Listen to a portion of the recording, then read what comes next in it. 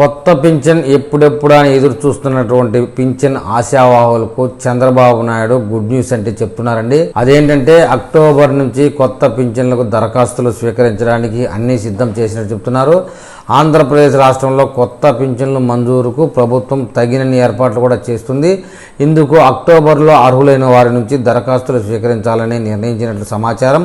గత ప్రభుత్వంలో పింఛన్ రద్దయితే వారి నుంచి భారీగా ఫిర్యాదులు వచ్చాయి. వాటిని పరిశీలించి వాస్తవాలు గుర్తించి దరఖాస్తులు స్వీకరించిన 60 రోజుల్లోగా కొత్త పింఛన్లు మంజూరు చేసేందుకు అధికారులు అన్ని ఏర్పాట్లు చేస్తున్నారు. రాష్ట్రంలో ఎన్డీఏ కూటమి పాలన ప్రారంభమయ్యాక పెంచిన సామాజిక పింఛన్లను విజయవంతంగా లబ్ధిదారులకు అందిస్తున్నారు.